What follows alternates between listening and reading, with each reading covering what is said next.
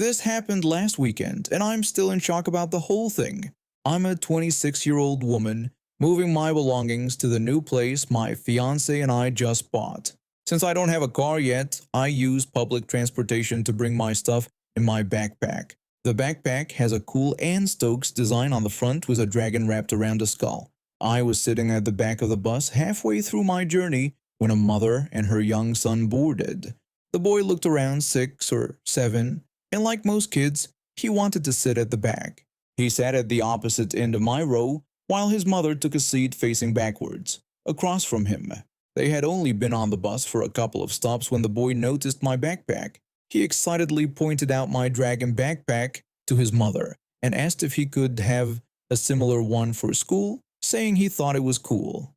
I caught his mother's eye and gave her a smile and nod. The mother then asked me where I got the bag, explaining that her son would like one too, and she wanted to know where she could buy a similar backpack.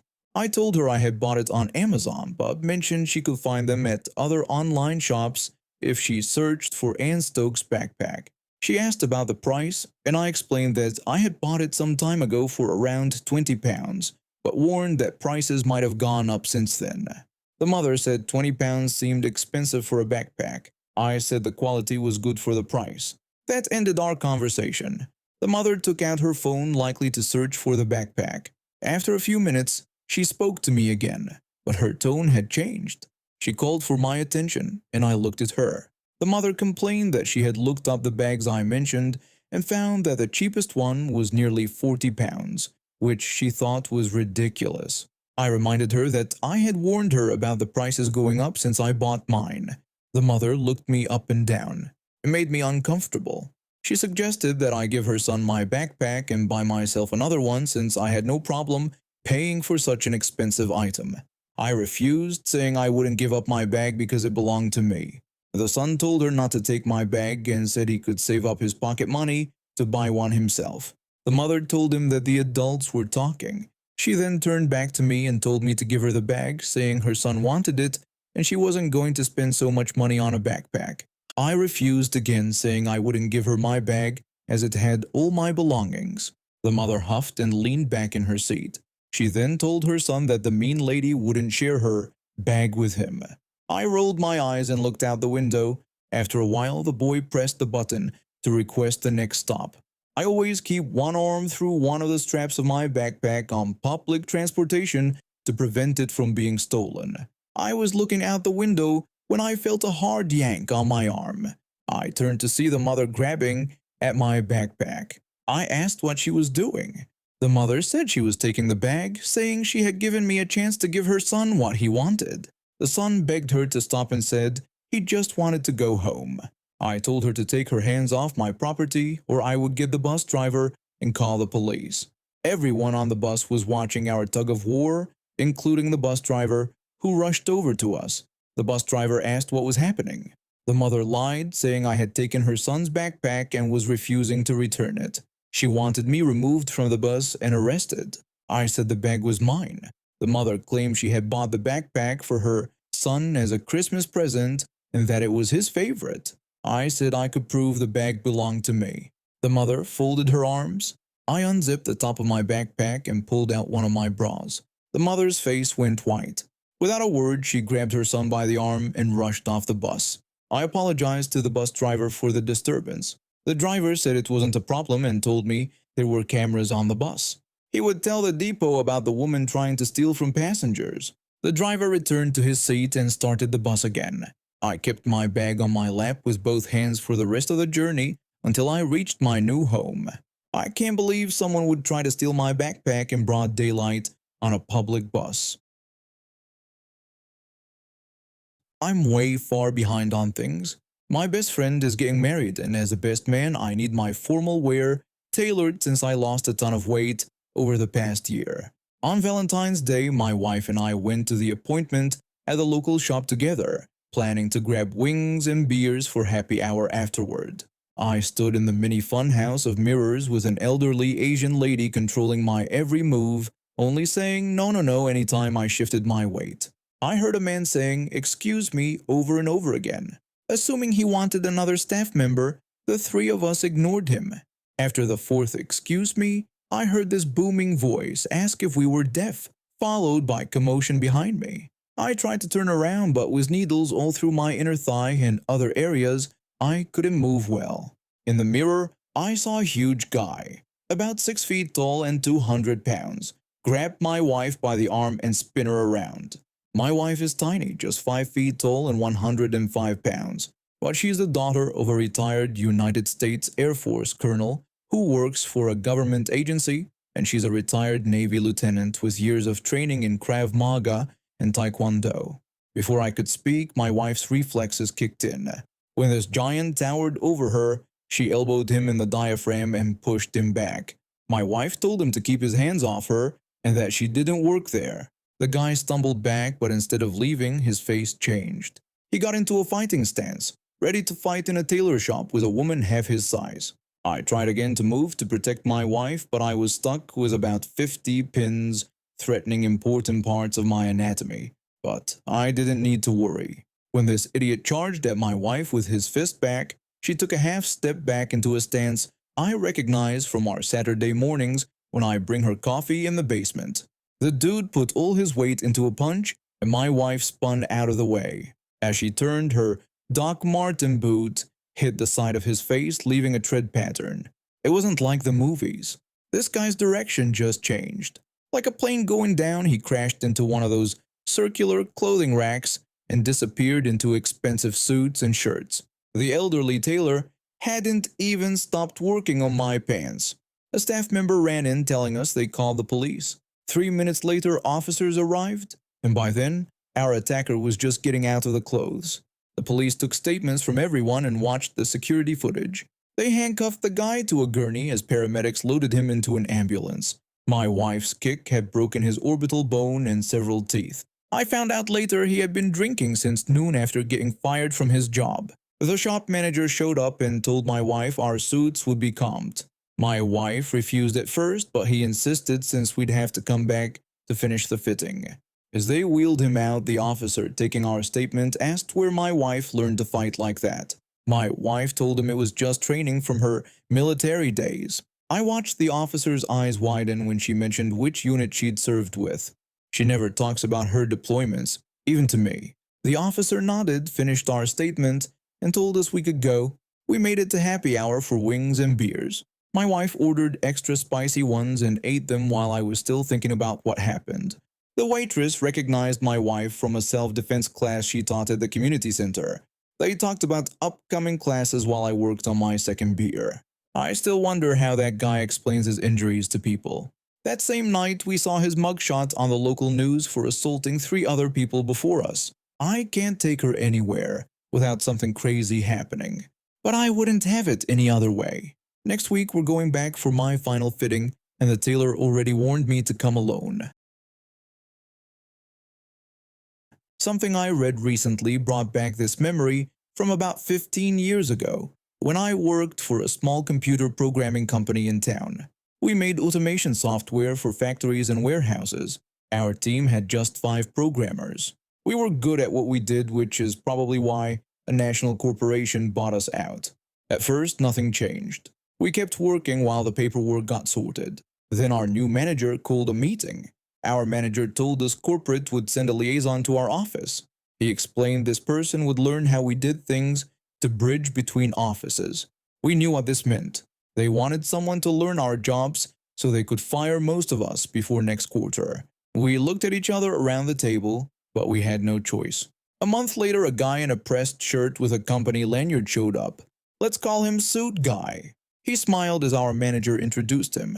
Suit Guy said he was excited to learn how we operated and had heard good things about our productivity. I told him we were happy to show him the ropes. My co-workers and I shared looks. We dreaded this day, but now realized we might have an advantage. Suit Guy asked to see the interface, saying he wanted to start right away. We all stopped, looked at each other, and grinned. The reason it took so long to train new people wasn't because our software was hard to configure. In corporate language, configuring meant clicking menus and checking boxes until things worked. We coded everything by hand. Our program used Visual Basic files, not scripts, complete program files. and Suit Guy was not a programmer. He couldn't tell a for loop from a bubble sort. I told him there wasn't really an interface and showed him how we set up projects. I opened my development environment with a massive file of code. Suit Guy asked what he was looking at. My coworker told him it was our X policy, about 1,500 lines of code in its basic form. Suit Guy asked if we had default policies to work from, hoping for an easier way. I told him yes, but customizing them was more trouble than writing from scratch. I started explaining global variables. His eyes glazed over as I talked about variable declarations, function callbacks, and custom libraries. He tried for days. Whenever he started to understand something, we switched him to something more complex. Suit Guy asked if he could change a value in the code. I warned him he'd need to adjust parameters in 3 other files first, and started explaining inheritance structure. Our company only hired people with computer science degrees. We required 6 months of training and 6 more months of shadowing before letting anyone handle projects alone. This guy got a year's training in 1 week. By day 5, Suit Guy looked exhausted. His neat clothes were rumpled. I almost felt bad for him. On his last day, he asked me to get coffee. I expected the worst. Maybe he'd report we weren't cooperating. Suit Guy told me he needed to be honest. I asked what he meant. He admitted he was sent to learn how to replace us. Corporate thought our department was redundant and could be handled by their standard team using interfaces. I nodded. We knew all along. Then Suit Guy surprised me by saying he'd tell corporate we were doing a great job with surprisingly short time frames. He said they couldn't replicate our work with their methods. I told him I appreciated his honesty. He said our work was impressive and he couldn't learn it in a month, let alone a week. He would recommend keeping our team intact. They did. Our department ran for 5 years before new management brought in an easier-to-use software suite. They finally replaced our custom coding with a configurable interface. Now, 10 years later, people still complain about missing the old X system, saying it did things in half the time. Instead of our 5-person team, they have multiple departments that can't even fix a broken image link. I wonder if Suit Guy is still there, remembering his crash course in programming, agreeing with everyone who misses our old system. I'm overweight. As a Gen Xer, I usually don't care what people think, but my anxiety gets the better of me. In stressful situations, I freeze up or become snarky. Recently, I had surgery on my foot and ankle, resulting in a hard fiberglass cast. When the medical staff asked what color I wanted, I said surprise me, and ended up with a bright safety yellow one. After being home for weeks following my surgery, I was going stir crazy. The doctor had me on orders to rest and elevate my foot, but I needed to get out. I decided to treat myself to a trip to the grocery store. After weeks at home, even selecting my own bananas seemed exciting. I Ubered to a fancy grocery store with an in-store coffee shop, thinking I could relax there while waiting for my return ride. When I arrived, I made my way into the store on crutches, heading for one of those motorized shopping carts. They moved slowly, and finding a spot for my crutches where they wouldn't be in everyone's way was tricky. Once settled, I began shopping in the produce section. I was halfway through my list thinking about chicken and rice recipes in the grain aisle when I heard someone clear their throat behind me. Ahem! I looked around to make sure I wasn't blocking the aisle with my cart. Ahem! The second one was louder and came from directly behind me. I turned to see a woman about my age, possibly younger, staring at me. I asked if I was blocking her way and moved my cart forward to create more space by the boxed rice. She asked where I was going. I told her I thought she wanted me to move out of her way. She told me she needed a large bag of dog food taken to the register. I was confused. There I was in a motorized cart with a yellow cast on my leg and crutches wedged into the cart basket. I told her I hadn't seen any staff but would keep an eye out for her. I tried to roll away, but she walked in front of me and blocked the aisle. She told me about the dog food again, adding now at the end. I told her I understood and offered to help her look for staff members. When she didn't move, I asked her to excuse me. Instead of moving, she put her hand on her hip and gave me a scowl. I put the cart in reverse, causing it to beep loudly. She asked why I wasn't helping her and mentioned the dog food again, raising her voice. I told her I didn't work at the store. I was wearing black sweatpants with one leg rolled up over my cast, a sweatshirt with a cartoon monster, and the words cutting edge monster removal at affordable prices, a leopard print slipper on my good foot, and my hair in a messy bun. She told me I did work there, saying that the motorized cart was an employee cart. I looked at her in confusion, wondering how she could think a person with a cast, in sweatpants, using a mobility scooter was an employee who could carry a 50-pound bag of dog food. I explained that the motorized cart was for shoppers with mobility issues, told her again I didn't work there, and offered to help find an employee. She looked me up and down, her eyes fixing on my bright yellow cast. Then she made a dismissive sound and walked away. I shrugged it off, but my enjoyment of this outing had gone down. When you've been stuck at home for weeks, even grocery shopping feels like an adventure. I decided to head to the in-store coffee shop. I was drinking my coffee when I saw the woman coming back with the store manager. She pointed at me from across the cafe area. She told the manager I was the employee who had refused to help her. I had options. I could sit quietly and let the manager handle it, or I could add fuel to the fire. I chose fuel. I raised my hand, wiggled my fingers in a wave, said toodles, then hunched down like I was on a motorcycle and zoomed off toward the frozen food section. I started humming the Mission Impossible theme song while trying to avoid this grocery store Karen. The manager caught up to me in the ice cream aisle. He was smiling. The manager told me he was sorry about the confusion. The woman had said I was an employee refusing to help her. I asked if the store's employees typically shopped in motorized carts with bright yellow casts while wearing monster sweatshirts. He said they didn't and asked if he could make up for the trouble. I said I was fine unless he could make the woman disappear, but I wouldn't turn down a discount on ice cream. He laughed and gave me a coupon for a free pint. Later, as I waited for my Uber, I saw Karen at the register struggling with her dog food bag, while a teenage employee tried to help. She caught my eye and I raised my coffee cup in a toast.